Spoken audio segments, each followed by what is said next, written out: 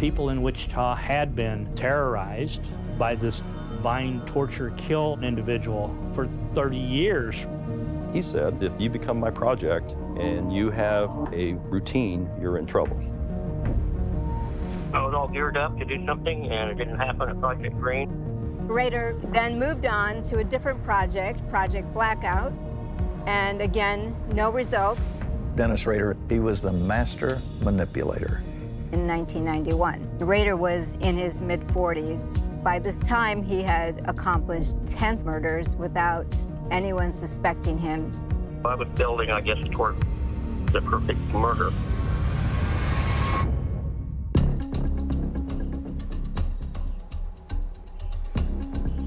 When I was writing the book about Dennis Rader, the serial killer known as BTK, one of the things he wanted me to have to use to organize it was his project list.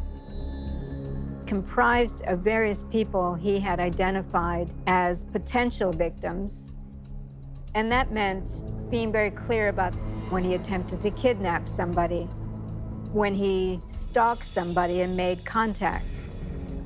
There were a number of young women during that time who he had picked out, who were on his list, who he was going to murder. I had like 55 projects. People were pretty close to meeting the hand of death. It didn't happen. The list had the project name, the years, the dates, the location, all the details he could think of and fit onto this little chart. So it gives a lot of sense of his personality. He liked things organized, clear. He liked to follow rules because he wanted other people to follow rules. But that way he could then break the rules, but come back into a safe, organized world. Project 16 on the project list was known as Project Blackout. My name is Cheryl Gilmore Sarkozy, and I'm a survivor of BTK, and his name for me was Project Blackout. Well, good morning. Hello, Dennis. I'm Dr. Catherine Ramsland, professor of forensic psychology and the author of multiple books about extreme offenders like serial killers. I've been corresponding with Dennis Rader to try to understand what led him to become one of the most notorious serial killers in America. This is the first time that Rader has explored these topics in depth with anyone. People call me a monster. I guess I am sort of a monster. The more information we have about serial killers, the more we understand what makes them tick, the easier it will be to prevent them.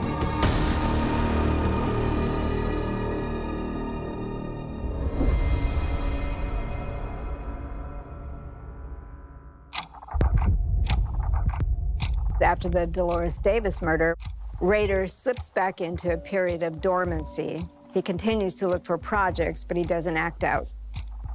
What were you doing in those years when nothing was really happening? Well, I was a good father, husband, raised my kids, did a lot of things for them, did a lot of things for the community. I worked at church, worked as scouts. Okay. But if I wasn't real busy, then I would go out on my prowling and look for my next victim. They were basically projects. Did you feel like you were in control of your urges then? Yeah. So I could always fantasize or look for more victims. That was part of the excitement, is being able to do the hunts.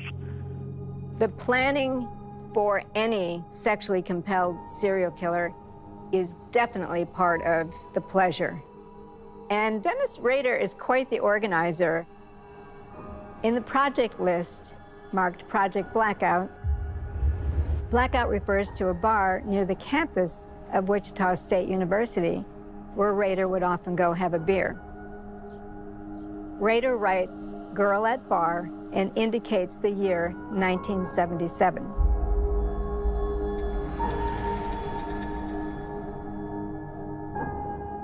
I was 26 years old at that time.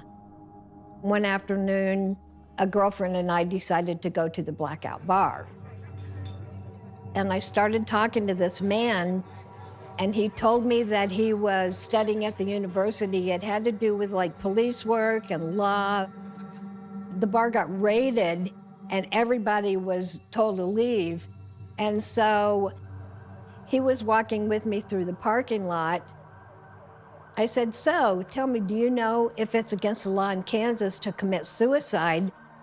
And he said, it is against the law. And I said, well, that's a shame, because I think that anybody that wants to commit suicide should have that right.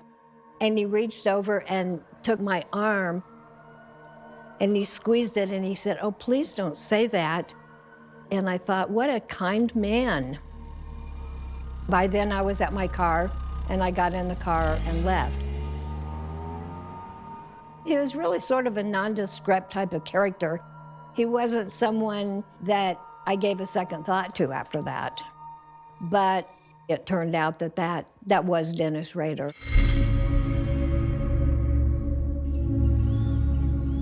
That particular day, he had followed me home, and then he started stalking me. So I have a report from a woman named Cheryl. She said she talked with you at the Blackout Lounge. I used to go to that lounge. What I was trying to do was get more notches on my gun at that time. So I was in the mood. I had everything set. I had my hit kit, had rope, tape. I had two guns, a couple of knives. I was going to do something. I was at the height of my eruption. Cheryl Gilmore Sarkozy's neighbor was Dennis Rader's sixth murder victim, Shirley Vian, who he killed on March 17, 1977. Project was the main target, and that didn't work out, so it was, what's next? Shirley Vian. It was totally impromptu. I didn't know exactly who lived in that house because I followed her son home that time. The day Shirley Vian was murdered, I had a 4-year-old son, and he had come to work with me that afternoon. When he and I got home, the whole neighborhood was filled with police cars. There was a knock on my door, and this policeman came in and he said, the woman a few doors down has been murdered, and her little boy has said he saw the man knock on your door. So we feel that you might have been the intended victim. I can't imagine why anybody would want to kill me. It was a horrifying time in my life. And I nailed all my windows shut. I couldn't sleep for months.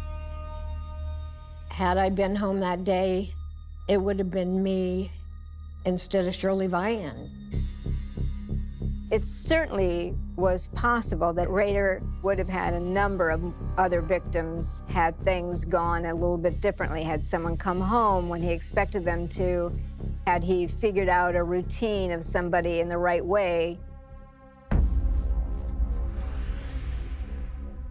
From the project list Rader shared with me, we can see that he continued stalking a number of people during the period of 1991 to 2005, but he just didn't succeed. At the same time, Rader worked as a Park City compliance officer, a job that once again gave him cover to stalk and troll in his own backyard. The reporting parties of where the sheep were killed. A compliance officer is like a law enforcement equivalent, which is your grass is overgrown, your dog is off the leash, your house needs painting. He could kind of lord it over people and actually could carry a gun as part of the job. Did you like being a compliance officer? Yeah, I did. It's pretty close to what I wanted to be. Being a police officer, something like that. Serial killers who aspired to become cops typically had delusions of power. As I recall, several citizens called and made complaints about his being strict or rude, confrontational, and that type of behavior. As a compliance officer, he didn't like it if somebody did something he thought they shouldn't. So in his world, it was okay for him to break the rules, but he needed that safety of that regimented world, so everyone else around him had to stay within their lane. January 2004 marked the 30th anniversary of Dennis Rader's first murders, the Otero family. It was 25 years since his last correspondence with police or the media, and it had been 13 years since he'd killed his last victim, Dolores Davis, although no one had yet linked BTK to her murder. When you have anniversaries, news departments do stories on it. So it was on the front page that a guy was writing a book about BTK. Well, BTK did not like that. He is so arrogant that he wanted to tell his story. I've always wanted to be out there a little bit, be known, let them people know that I was still around. They thought I was maybe died in prison or moved out of the area, or basically just passed away.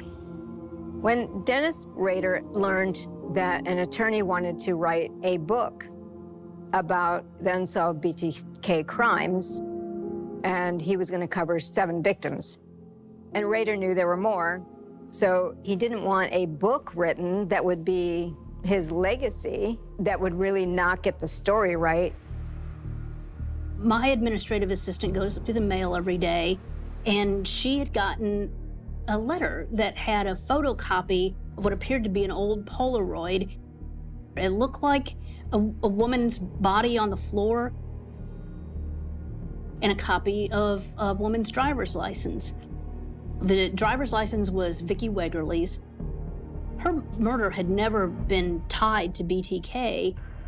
Investigators believe the letter is from BTK because it has information about a 2-decade-old homicide linked to BTK that only the killer would know. BTK claims in the letter that Vicki Wegerle was his 8th victim. No photographs had been taken of the victim at the scene by the police, by anybody, because Vicki Wegerle had been removed from the scene by an ambulance crew.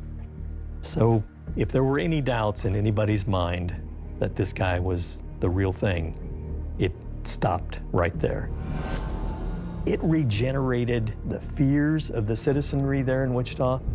In your gut, you felt like, oh my God, whoever he is and wherever he lives, we got to stop this.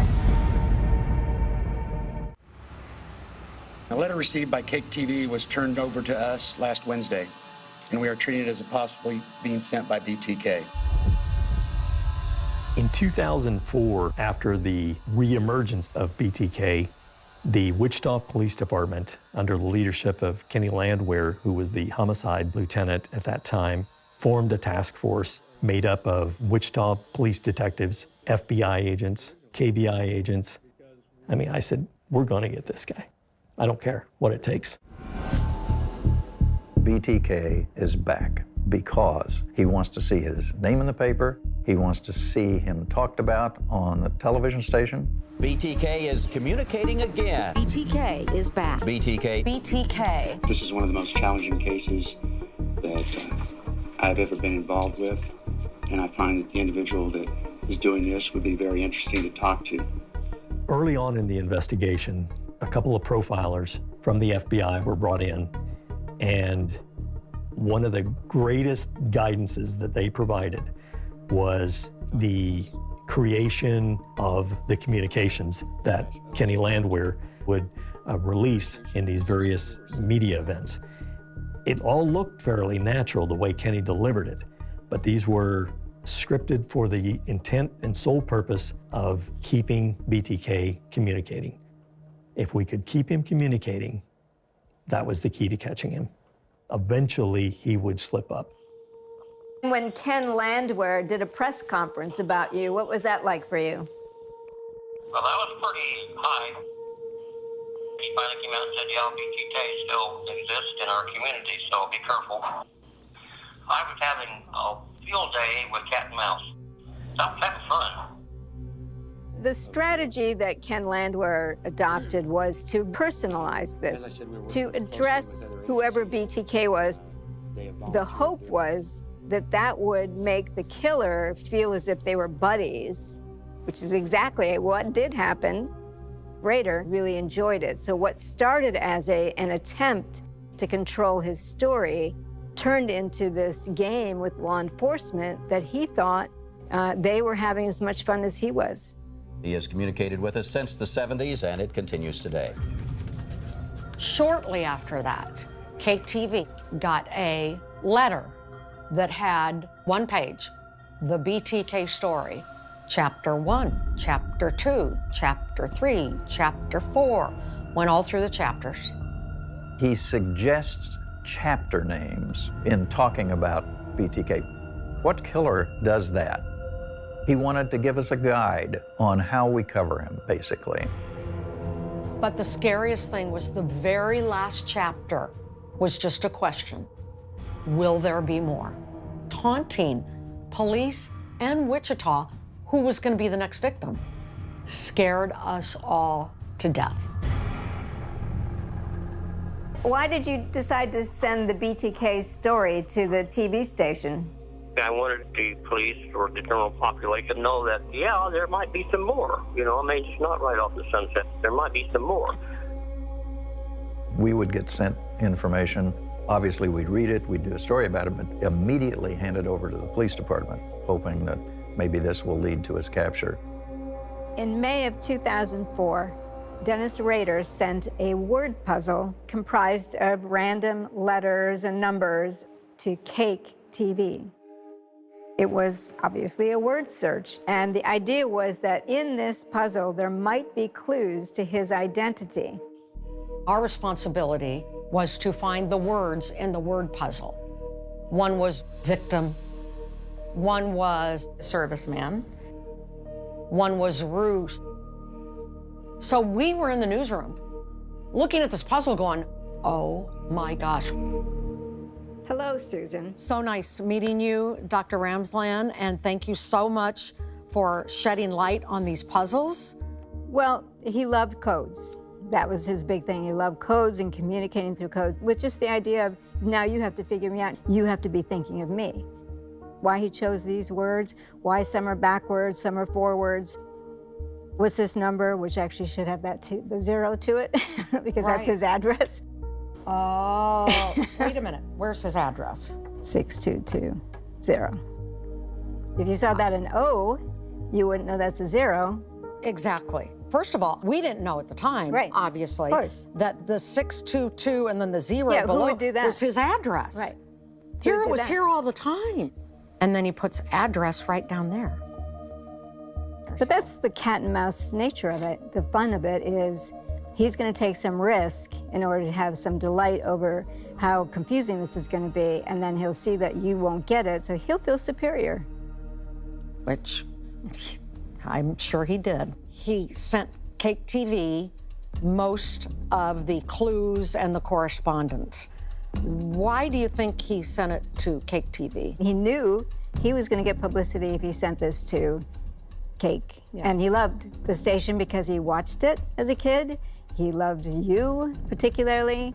I remember responding to one correspondence in particular where he said, I hope Susan's and Jeff's cold gets better.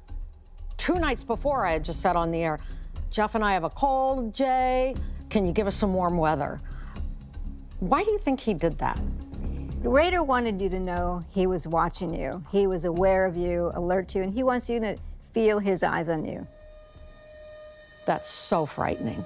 Definitely. I was wondering, because you were so attuned to media at that time, whether you ever considered a media person as a project. Not really, although that would have been something else if I think Susan was really worried that maybe I was after her, but I really didn't have her to say. No, I didn't have any media people at all. They were just using them to get things done, and that was the main purpose.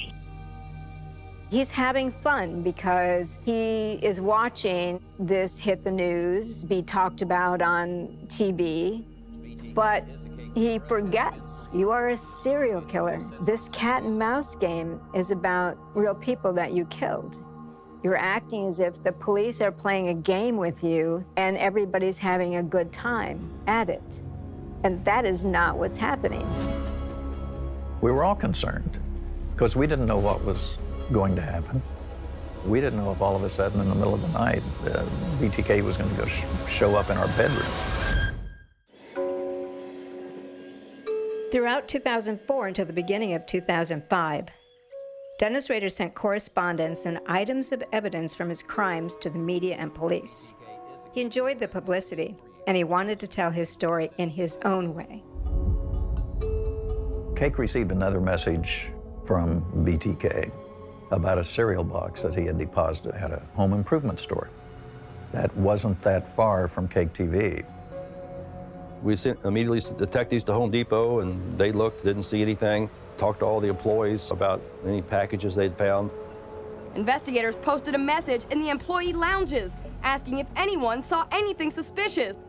A guy came back from vacation and said, well, yeah, I found this cereal box in the back of my truck, and it said BTK bomb. Thought somebody was just messing with him. So he said, I just threw it in my burn barrel when I got home. Turns out that was the communication that Rader was referring to. So when we got the surveillance of the parking lot, that was our actual first sighting of what we believed was BTK delivering that package. The video was blurry, and he's far from the camera, so police couldn't clearly see what he looked like. However, they did see that he was driving a dark-colored Jeep Cherokee. What about driving into the Home Depot parking lot? And you think they'd have a surveillance camera? Well, where I did my incident, where I put that stuff in the back of the pickup, there wasn't any cameras mounted on the light pole, so I knew if there was any cameras, they would be a distance. And I wouldn't be very distinguishing, mainly just a person. Dennis Rader's gotten away with this for 30 years, so there's a narcissism. We actually call this narcissistic immunity. The immunity part is the sense that he's so special that no one can touch him. But the narcissistic immunity is kind of well-earned because I'm one of the few serial killers that they haven't identified and never will, in his mind. He asked to communicate with law enforcement directly. He was trying to find a way to do that without giving himself away. And so one of the things he suggested was to use a floppy disk. So at one point, he sent a message through the media saying, can I communicate with you guys, and can we use a floppy disk, and you won't trace it. And then he specified, be honest. If it was okay for Rader to send the floppy disk without being traced, he instructed the police to respond in code through an ad in the newspaper that said, Rex, it will be okay. We thought it so ironic that a freaking serial killer wants us to be honest. Lieutenant Landwehr decided, and the FBI decided to go ahead and place the ad and see what happens. And I wasn't really too nervous about it. I sent a lot of stuff to the mail and didn't have any feedback or any kickback from it. I guess I got confidence that they were sort of buddies or something, or friends. I kind of had a little bonding with Landwehr. I think I kind of bonded with him. This letter is from BTK, and we thought they were wanting to play cat and mouse with me, which they were, but I thought they would be truthful. Rader had this kind of idealism he had developed ever since he was a Boy Scout in his hope to become a police officer. He had this kind of John Wayne thinking going on that, you know, they're upholding the law, so of course they're not going to lie to him. He answered with the floppy disk. The floppy, was it just a test file on it, or was there anything else on it? No, that was it. This is just a test. I wanted to see if they would pick up on it or to get through okay. There wasn't anything beyond that. This is a test. One of their IT guys there at the Wichita Police Department loaded it into his computer. He began pulling metadata files showing prior users of that disk. Immediately there was an indication that it had been used at Christ Lutheran Church up in Park City. Also the name Dennis appeared. Real quick check, the president of that church was a guy named Dennis Rader. That was a huge break. That was one of those moments where you were just ecstatic. We found an address in Park City and the race was on. We all wanted to get there.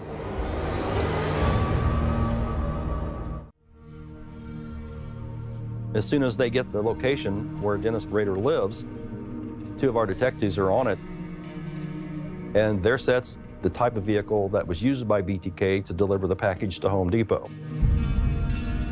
We wanted to just go knock doors down and go in and get him. The lieutenant said, we don't have his DNA to confirm that this is, in fact, the BTK killer. We didn't arrest him at that point, but he was placed under surveillance 24/7 because the last thing we'd wanted was for him to go out and try to victimize somebody after we had already identified him. With DNA testing, forensic scientists can link criminals to crime scenes, something that was unavailable to police when the BTK killer first terrorized Wichita, Kansas in the mid-70s. We had DNA from the Otero case and several other cases. At this point, you've got DNA analysis. When BTK was leaving all that evidence behind, it was worthless. It couldn't be analyzed back then, but technology had caught up. Were you worried about getting caught during this time, that they might trace something back to you? Yeah, I was real careful with my fingerprints. I didn't even think about my semen. They would have had to save that, 30 years? But they also had a DNA sample from Fox, Hank Wagonly. She had some scrapings underneath her fingernail for me because we did fight.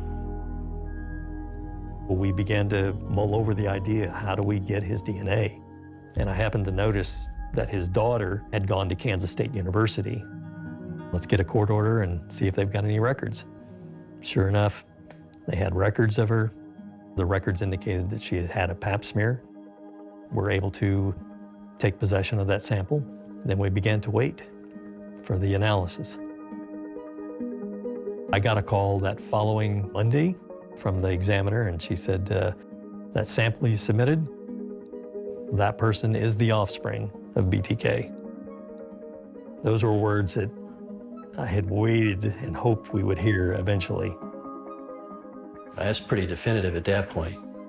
It was very exciting. I can only imagine for the Wichita guys who've been living this case every day and night for months and years, that had to feel incredible. Following the findings of our forensic laboratory, number one on that priority was the arrest of Dennis Rader.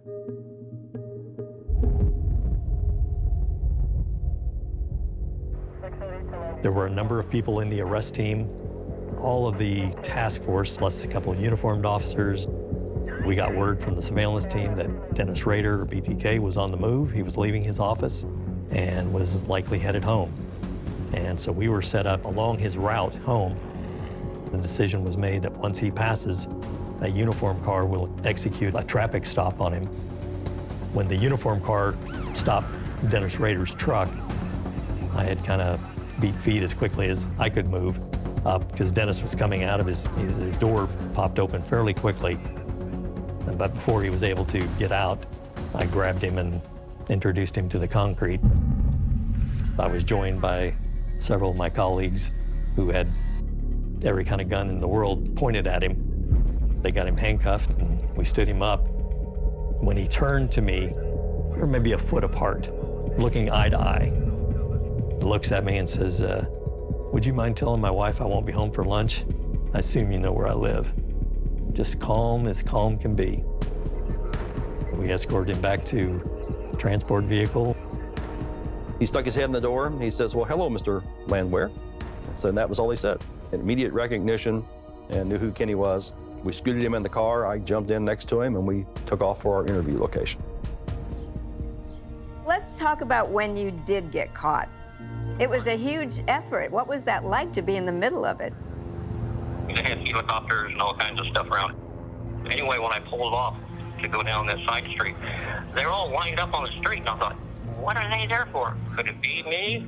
And then as soon as they appeared in the rear view mirror, I knew, uh-oh. I couldn't figure out how they knew. I first thought they made the connection when I dropped off my floppy in a mailbox, and that what really threw me, because how could they figure that with no cameras or anything? Right. So I thought I could get out of it. I talked to Mr. Landwehr. He said, you know why you're going downtown? And I said, I've got an idea. I think that tipped it off right there. One of the things the FBI profiler that was interviewing him with Lieutenant Landwehr made him say, it was very specific. He said, tell us who you are. Tell us who you are, Dennis. And eventually he would say, I'm BTK.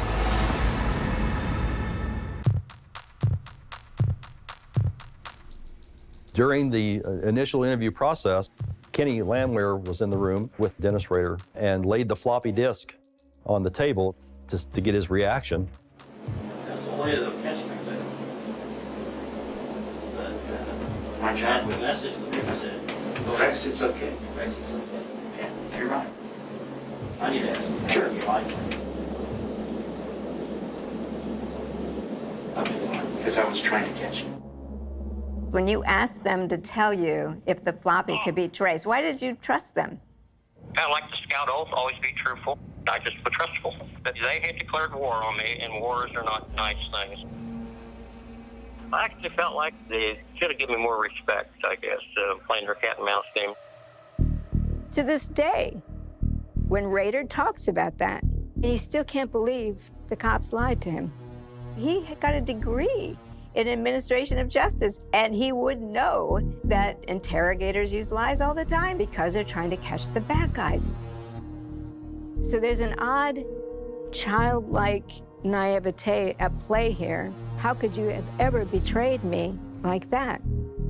Dennis even felt, that since he wore a badge and uniform, that we were kind of in the same group, that we were all in the law enforcement world. Why did you finally confess during the interrogation? They talked about the DNA, so nowhere along the line was they going to be able to escape that. So that was the final link. I was comfortable with anything else to do, to be honest. He cooperated in all the cases, including the two that the county detectives had, which were the Dolores Davis and Maureen Hedge, who were disposed of in their territory, their jurisdiction. For decades, it's been speculated BTK was responsible for more murders. The 1991 murder of Dolores Davis and the 1985 murder of Maureen Hedge. When Dennis Rader was asked about the possibility of his family knowing that he was BTK, he did not feel that they ever had a clue. On the day that Dennis Rader was arrested, Detective Kelly Otis and myself talked with his wife. She was, of course, in shock, in complete denial. Complete denial. She said, no. Said, you've made a horrible mistake. She was not going to believe this. Although she was putting on a brave face, you know that she had to be, her mind had to be just whirling and wondering and worrying and thinking back over their marriage. Is this a possibility? One time I was spelling, I think I was writing something to the church or something, and I was using her computer, doing newsletters and back and forth. And she says, you spell just like BTK. I go, whoa. I said, yeah, I've always been bad on spelling. He was manipulative enough to keep them in the dark. As much as I say sick to my stomach, I was sick to my heart. I don't know that the Dennis that I thought I knew exists. I did interview his son. He said, we lived the perfect Leave It to Beaver life. He said, we went on vacations. Dad was involved in our sports and our activities, in the church. We had great time at home. He said, there's nothing. But the day he was arrested is basically the day he will mark forever as the day he died. He was like my best friend that I walked the dog with, and I was very close to him. And so when the FBI showed up at my door, in February of 2005, I told him they had the wrong guy. I tried to alibi him, and I just fell into physical shock. My whole world just fell out under me. When you were arrested, did it occur to you that people who looked up to you were, how they were going to feel about that? Devastated. I can't believe that. Wow, Dennis has been arrested.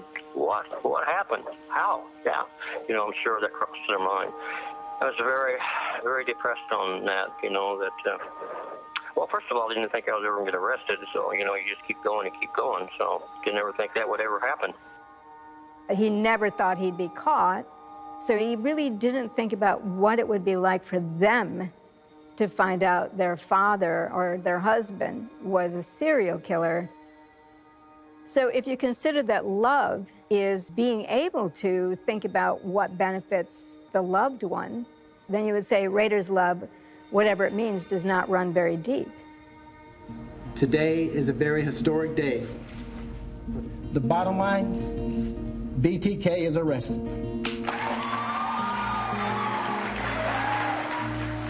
The day Dennis Rader was arrested, I'm in a shopping center. I hadn't gone into work yet. My boss calls, and he goes, "We're almost positive BTK has been caught. You need to get into work right away." No lie. The whole room, the whole shopping center started spinning. The blood rushed from my head down to my toes, and I sat down and said, "I'm gonna faint." And then I started crying. I just cried and cried and cried, and I think I had much the same reaction as a lot of women in Wichita had. And that was such a sense of relief. Glad I got now my mom can rest in peace. Come across TV, you know, that's a right there.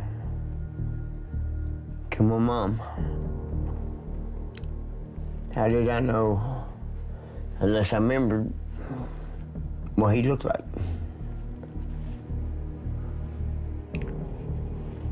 It kills me now, every day.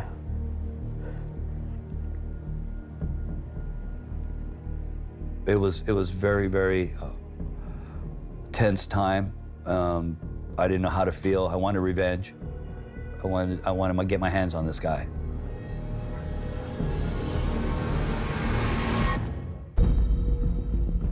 Rader tells us he had most of what he called the mother lode of evidence in a 2-drawer file cabinet located in his compliance office at Park City. When we were there, it was unlocked. There was a key to lock it up on top, but it wasn't locked. So he was pretty comfortable, I guess, that it was safe there. He had everything categorized, indexed, and they're in order. Kept all the originals of any correspondence, of all the artifacts that he was collecting. He would mark them with dates and times. The level of organization was remarkable. At this time, I'm going to ask, how do you plead to these 10 counts? Guilty. All right, are you pleading guilty because you are guilty? Yes, sir. All right, Mr. Rader, I need to find out more information. Well, I mean, I strangled Mrs. Otero. He was sentenced to 10 consecutive life sentences. The death penalty for his cases was not on the books. And so we really never had a discussion about the death penalty being possible. He was fully aware that he was never going to see freedom again. I think that we in the media and in the community really fully understood the damage he had done when you could feel that sense of relief that he was off the street forever. In the courtroom, families of some of BTK's victims got their first real look at the man police believe killed their loved ones. This changed these young people's lives 30, 25 years ago, and they've lived with that ever since. The criminal actions of Dennis Rader caused irreparable damage to the very fabric of my blood family. He caused me to challenge my faith, change my future forever. Yet I have never allowed his actions to send me to the dark side. Nancy Fox is my sister. Nancy's death is like a deep wound that will never, ever heal. I'd just like for him to suffer for the rest of his life. I'm Jeffrey Davis, son of Dolores Davis. For the last 5,326 days, I have wondered what it would be like to confront the walking cesspool that took my mother's precious life. Not only were we united as a family of survivors, we were kind of representative of the family of citizens of the community who had literally lived in terror at times. You have to live with the cold reality that while all of us here will overcome your depravity, you have now lost everything, and you will forever remain nothing. His wife requested an emergency divorce, and I think it's probably the quickest divorce in history. It's probably less than 5 minutes. I don't think she's ever looked back. I don't think she enjoys being in the public. She's never been interviewed. Paul and the kids became Dennis's victims. I can't imagine the price that they paid. My heart, I can't imagine. is now Dennis Rader. No longer in a courtroom suit, but a prison uniform. This is likely the last time you'll ever see the serial killer again.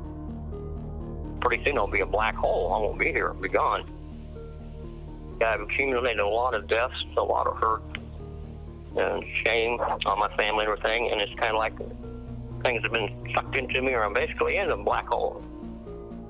One of the things I suspected about Rader, there were things different about him than the typical things we know about serial killers. The fact that he was a family man, had a full-time job, seemed to be a regular guy with an ordinary childhood. It impressed upon me the importance of studying people who don't fit the mold, who break the stereotypes. We need to be very clear that there are no formulas, because I think had we been like that back then, Rader would have been caught sooner. I think it's an irony that everything about Rader is control, and yet he's in a prison cell 24/7 with guards deciding when he gets his meds and his food and gets to have a shower, etc. He's totally under our control. And it's important that we learn from people like Rader by demystifying them, decoding them, and unmasking them. Even though my work with Rader is finished, my research of extreme offenders and how to prevent them continues.